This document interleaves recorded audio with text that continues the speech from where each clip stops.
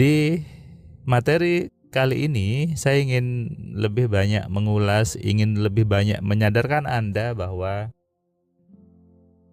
ketika seseorang itu sibuk menyalahkan orang lain, itu adalah sumber malapetaka di hidupnya. Kenapa saya ingin bahas ini? Karena hari ini tadi saya ada di Taman Safari Prigen di Hotel Baobab gitu ya. Dan tadi ketika sarapan gitu, saya melihat ada seorang anak yang dia bermain ayunan kemudian jatuh. Dia menangis, dibantu sama istri saya, kemudian datanglah orang tuanya lalu menyalahkan ayunannya, dipukul ayunannya. Nakal ayunannya ini, nakal ini ayunannya. Sudah nak diem ya, ini nakal ayunannya. Saya sama istri saling berpandangan kemudian ya tersenyum gitu ya. Ternyata banyak banget orang tua yang seperti ini, yang menyalahkan benda-benda lain di sekitarnya ketika anaknya jatuh, ketika anaknya menabrak meja, ketika anaknya jatuh dari tempat bermain. Yang salah adalah mainannya, yang salah adalah mejanya.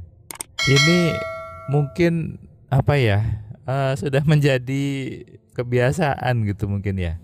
Tapi ini salah teman-teman. Ini sesuatu yang membuat anak Anda menjadi merasa bahwa aku nggak salah, yang salah mejanya, yang salah yang naruh meja di situ, yang salah yang buat mainan.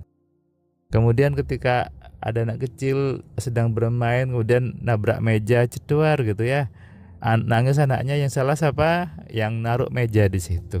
Anaknya nggak salah. Ini harus dirubah. Ketika ini dibiasakan sampai dewasa, maka akhirnya apa? Muncul sebuah konsep di hidup orang ini bahwa ketika saya mengalami sesuatu yang tidak nyaman, mengalami sesuatu yang jelek, itu salahnya orang lain. Itu salahnya sekitar saya, itu salahnya Tuhan. Tuhan yang sudah membuat ini terjadi, Tuhan yang sudah membuat semuanya menjadi susah. Ini salah besar. Sekali lagi, ini kesalahan besar. Kenapa? Karena semua peristiwa, semua kejadian yang menimpa Anda, yang menimpa manusia itu sudah tepat sesuai dengan request yang ada di pikirannya. Ini yang saya sadarkan di kelas AMC.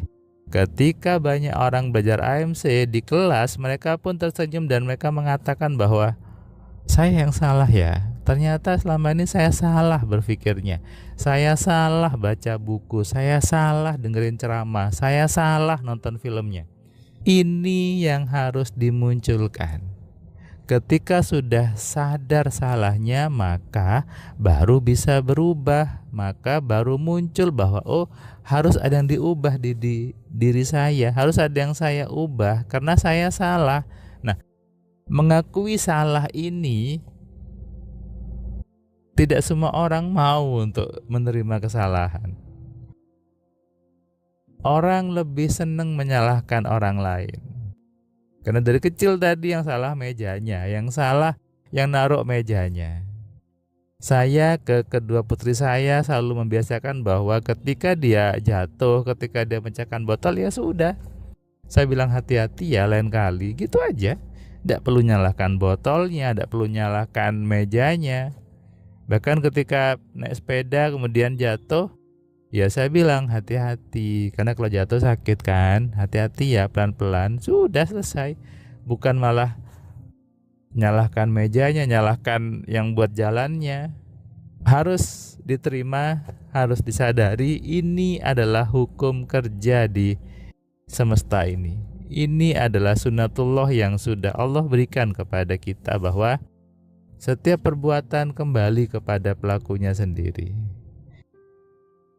Program-program di kepala Anda, efek dari semua informasi yang pernah Anda baca, yang pernah Anda dengar, yang pernah Anda tonton, masuk dalam pikiran Anda dan menghasilkan kejadian demi kejadian di hidup Anda. Itu yang saya bawa gitu ya ke YouTube ini. Saya sadarkan ke banyak orang bahwa Ayo berhenti nyalahkan orang lain, berhenti nyalahkan pasangan Anda, berhenti menyalahkan bahwa coba saya tidak ketemu orang ini tidak akan hilang, coba saya tidak ketemu orang ini tidak akan ketipu. Bukan itu.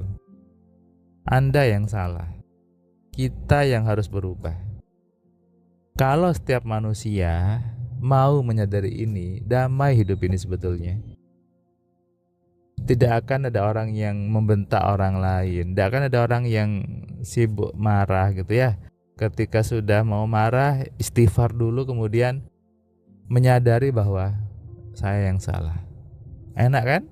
Jadi tidak naik darah tingginya, tidak pusing ke kepala gitu ya, tidak sibuk membentak anaknya. Anaknya jelek nilainya, kamu tuh bodoh nak, kamu tuh ini.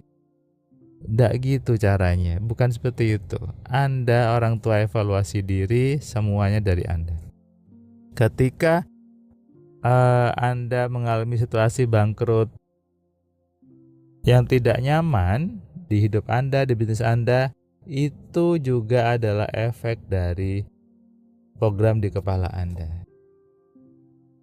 Banyak hal di kepala Anda yang sudah tertanam. Bahkan saya bilang banyak orang isi kepalanya itu sampah. Kenapa sampah? Karena banyak baca buku, banyak nonton video-video, banyak dengerin ceramah yang tanpa filter. Kenapa nggak difilter? Karena nggak tahu mana yang harus saya masukkan, mana yang harus saya baca. Tidak tahu. Akhirnya apa? Semuanya dimasukkan. Kalau Anda baca buku-buku saya, 10 Keajaiban Pikiran, itu isinya adalah teknik bagaimana mengenali pikiran Anda. Alfa telepati juga itu adalah teknik untuk mempengaruhi orang. Kemudian ada buku saya, Kitab Kunci Penarik Rezeki, adalah teknik untuk mengelola diri supaya rezekinya datang kepada Anda. Kemudian ada buku lagi, Kitab Satu-Satu Sugesti. Semuanya teknik, bukan bukan motivasi atau apapun. Sama dengan kelas AMC, bukan lompat-lompat, bukan teriak-teriak, bukan yes gitu, tidak. Kita belajar kesadaran yang sesungguhnya, belajar bagaimana mengenali, mengontrol, dan memaksimalkan pikiran. Kenapa? Karena itulah sumber dari setiap kejadian. Itulah penarik dari peristiwa yang Anda alami di hidup Anda. Jadi, mau sibuk nyalahkan orang, mau tetap nyalahkan Tuhannya, jangan ya. Tuhan itu baik, Allah itu maha pengasih dan maha penyayang. Allahnya selalu memberikan apa yang Anda minta. Tinggal Anda memintanya benar atau salah. Salam dari saya.